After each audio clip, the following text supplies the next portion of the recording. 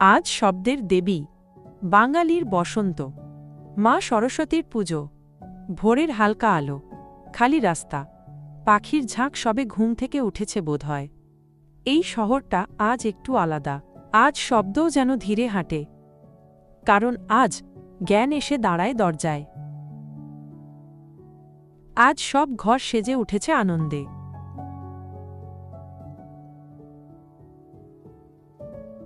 ছেলেটা বই গোছাচ্ছে মায়ের সাথে, ছেলেটা যত্ন করে খাতা সাজাচ্ছে। বাঙালির কাছে সরস্বতী শুধু দেবী নন, তিনি প্রথম হাতে খড়ি, প্রথম কবিতা, প্রথম স্বপ্ন। আজ শুধু হলুদ শাড়ি আর পাঞ্জাবিদের ভিড়। কত চোখ লাজুক হাসি দিয়ে হেঁটে যায়। এই দিনে প্রেমও পড়ে বইয়ের পাতায়। চোখে চোখে লেখা হয় নীরব কবিতা। মা সরস্বতীর পুজো, যেখানে ভক্তি আর ভালোবাসা আলাদা থাকে না।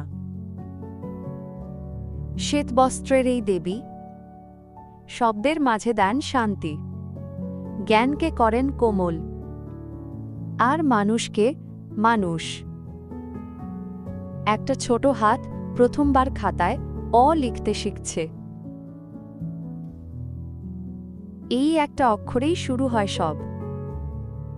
একটা জাতির ভাষা, একটা সংস্কৃতির আত্মা।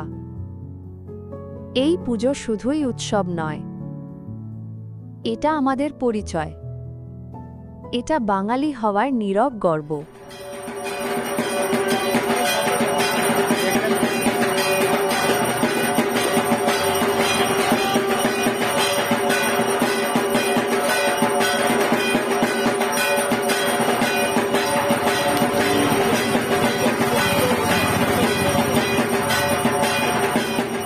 যেখানে শব্দ থেমে যায়, সেখানেই শুরু হয় বিশ্বাস। মা সরস্বতী আমাদের দাও জ্ঞান, মনে দাও বিনয়, আর ভাষায় দাও সত্যের সাহস।